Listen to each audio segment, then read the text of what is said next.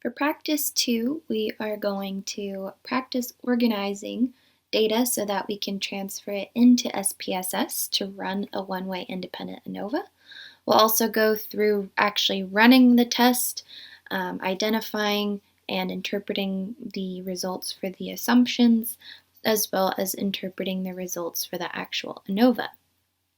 We will then calculate and interpret the effect size, which I actually discovered we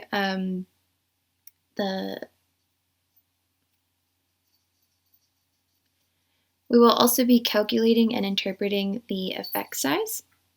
In the lecture, I had noted there were some limitations in SPSS, and this is my first time this semester using a newer version. It's version 27 of SPSS. The tutorials that I took screenshots from, I think were from version 25, which didn't typically include effect size calculations, and version 27 does. So I'll show you how to add effect sizes using SPSS, and then we'll also cross-check the omega squared calculation with the formula that I provided you with in the Module 7 Part 2A PowerPoint.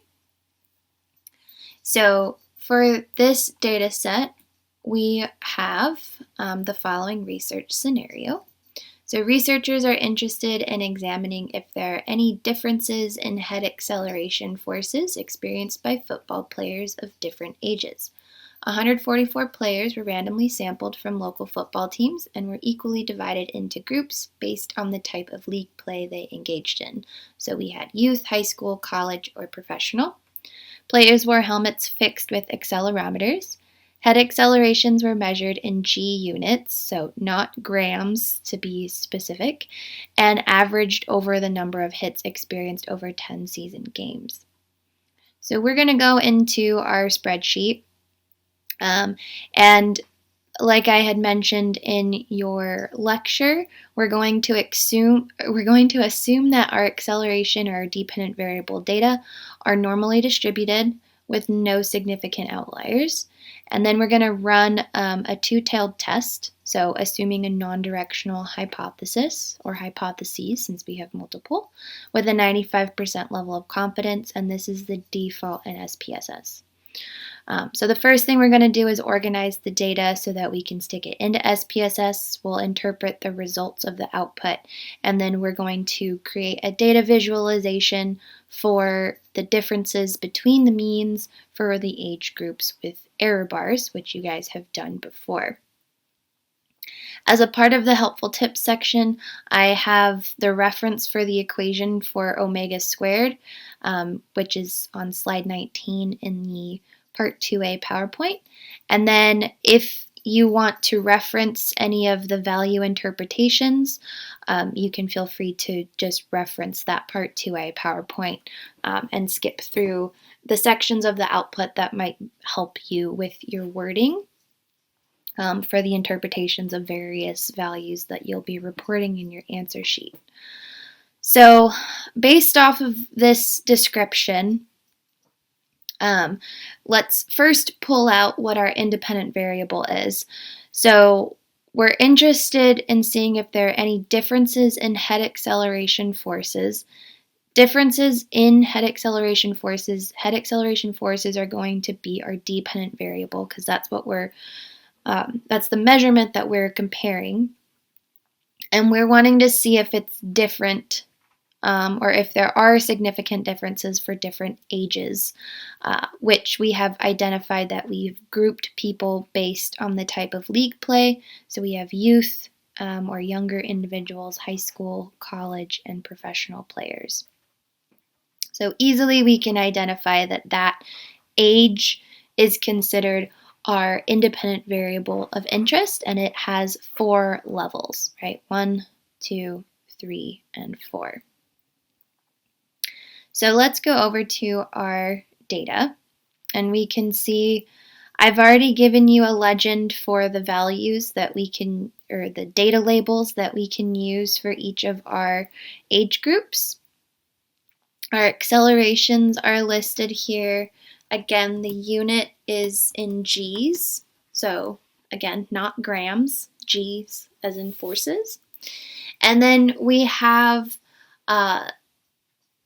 36 subjects in each of our groups, and the acceleration, or the average acceleration that was experienced across 10 games per subject.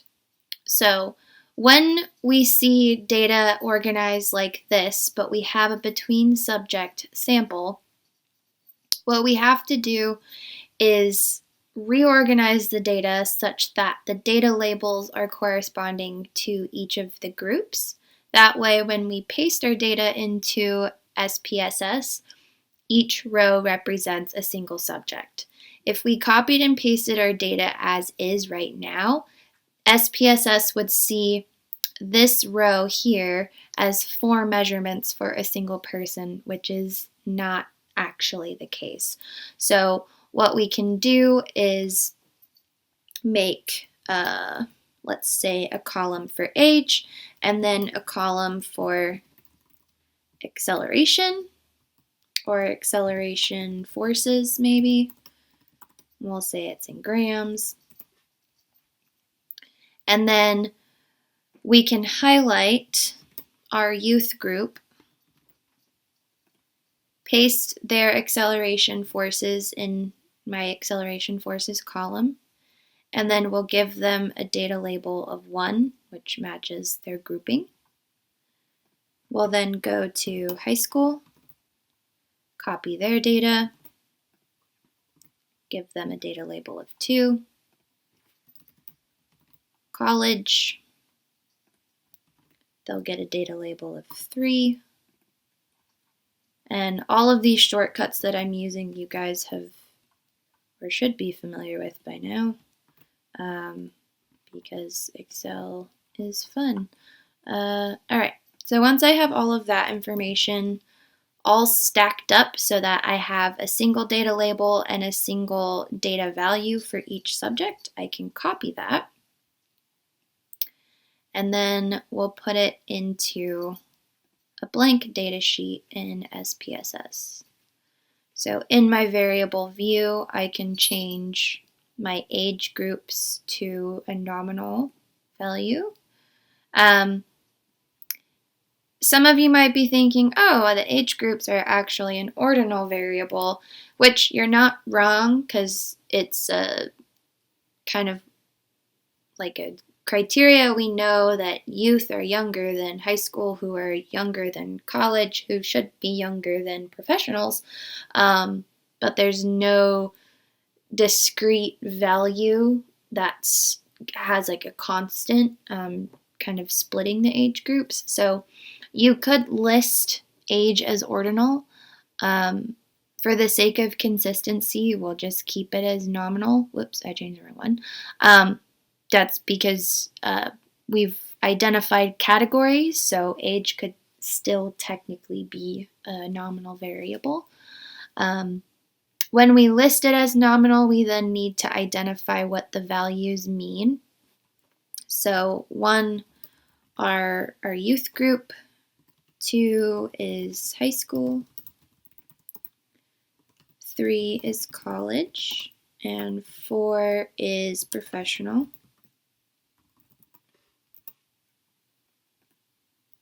And then from here we can run our analysis. So to do that, we go to Analyze, Compare Means, and then One-Way ANOVA.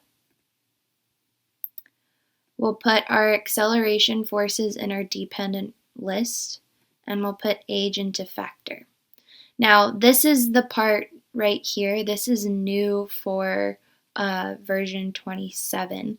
So if you don't have version 27, that's okay. If you do, go ahead and check this box, and that will include your effect size estimates in your output. We'll have to set up our post hoc test. So to do that, we click on post hocs. We're going to use Tukey's post hoc test if we have equal variances assumed, and we'll use the Games Howl post hoc if we have not assumed equal variances. So once those are checked, you can click continue. And then in the options box, we will ask for our descriptive statistics, our homogeneity of variance test, and then Welch's test, which we'll use if we have violated homogeneity of variance. And this will kind of replace the ANOVA table p-value. So we'll click continue, and then we'll click OK. That will generate our output.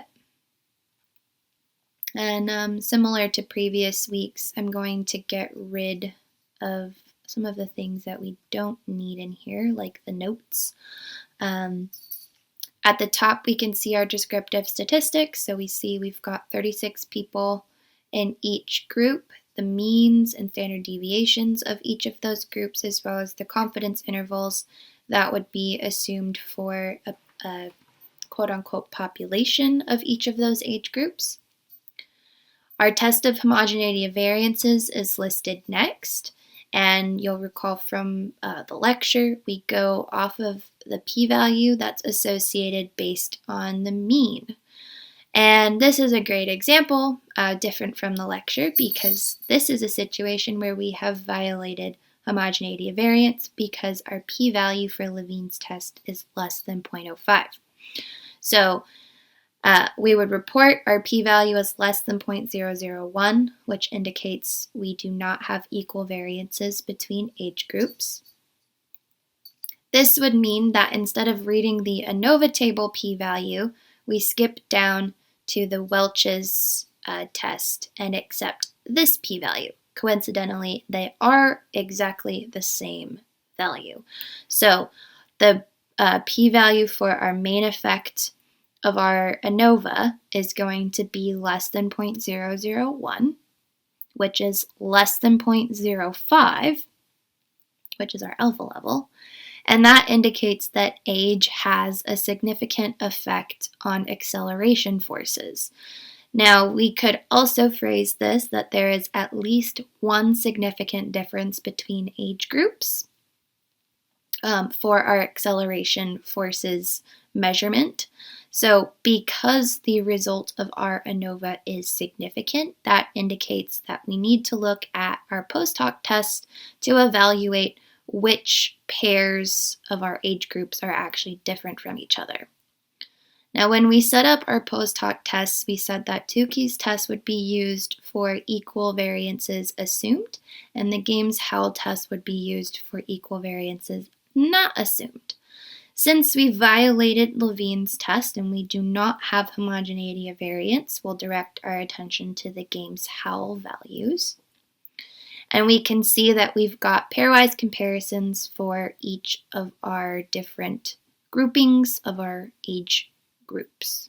Okay, their respective p-values are listed in this column.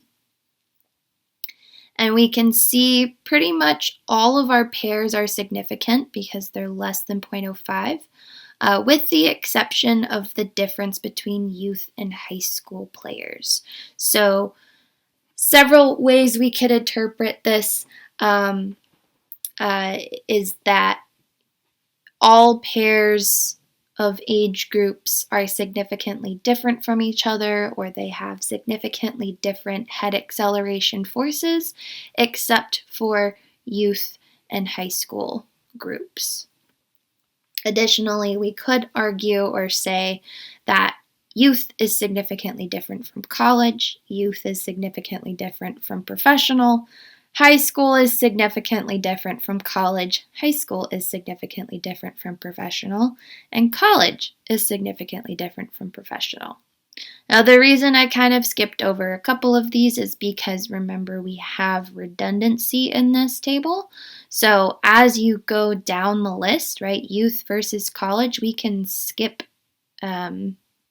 like this comparison once we get to youth and college. Or youth and professional, we can skip that comparison when we get to the professional group. So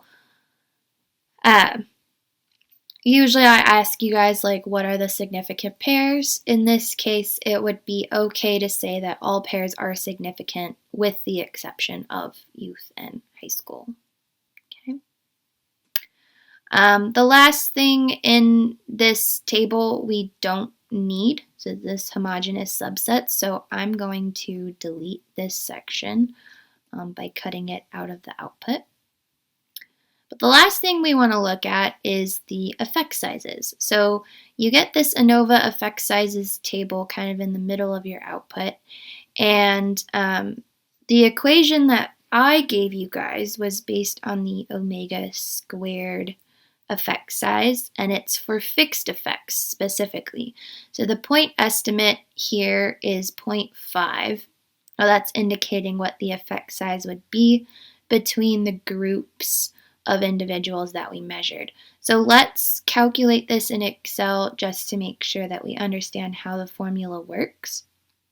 I'm going to double click on my ANOVA table, and I'm going to, oops, I didn't want to highlight the p-value. I'm just going to copy everything up to the F statistic.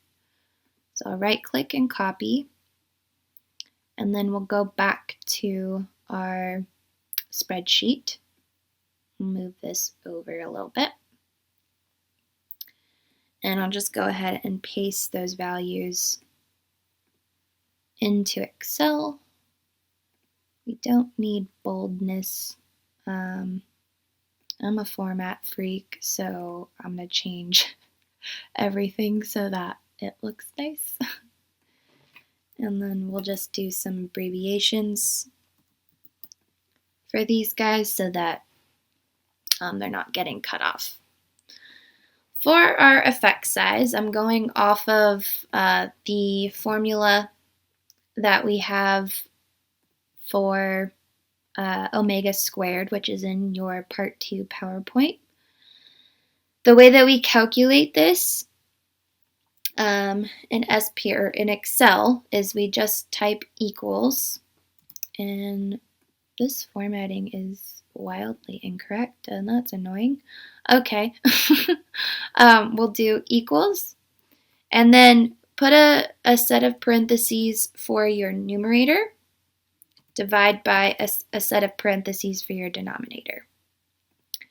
In the numerator, we're going to be taking the between groups sum of squares, minus, put another set of parentheses, and then inside those parentheses, we're going to take the between groups degrees of freedom, multiplied by the within groups mean square value.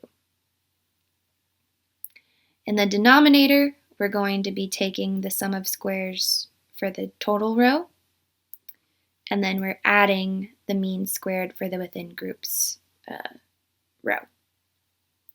So this is just a plug and chug of the equation I gave you in the PowerPoint. We press enter and reduce this to 3 decimal places to match SPSS, and we get an effect size of 0.5. So we can cross-check that with our omega squared for a fixed effect, and we do in fact have an effect size of 0.5. Yay! Okay. The way that we would interpret that is based off of the values I gave you in the PowerPoint. So 0.01 or anything kind of around 0.01 is considered a small effect. Anything around 0.06 is considered a medium effect. And anything around 0.14 or above would be considered a large effect. The last thing we're doing in this example is we are going to create a bar graph that represents the mean differences between our groups. So an easy way to do this is we're just going to copy our data labels, and then we'll have a mean row and a standard deviation row. And you can either copy and paste the averages and standard deviations from SPSS, or you can quickly calculate them in Excel for each of our groups. I'm just going to do them in Excel because we're already here.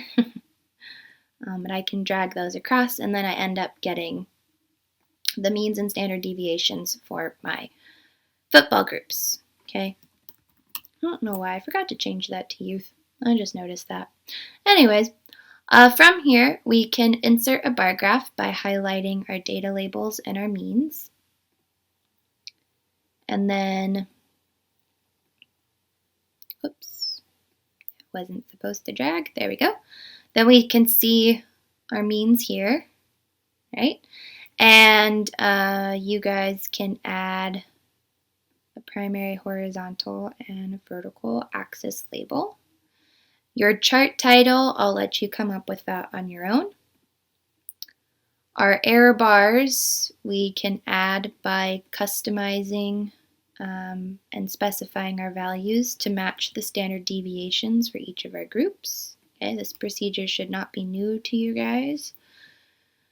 The only other thing I wanted to show you, for one, I don't like it when there's a ton of zeros over here, so if you double click on this y-axis and then go to the number section, you can list the decimal places as 0, so that way it just gives you a nice whole number. The other thing that I like to do is identify the groups by changing their color. So instead of high school being blue, maybe I want to change the fill level to a solid color, and we'll just do a different color for each of our groups. Okay, just to separate them. It's not necessary, but it looks pretty. So anyways, this would be a nice graphical representation. Of course, you'll fill in your chart title and your axes labels with the appropriate units on the y-axis and the appropriate category label on the x-axis. And that would, you'd then copy and paste this graph into your answer sheet so that you can get some nice points for doing lovely graphing work. And that does it for practice 2.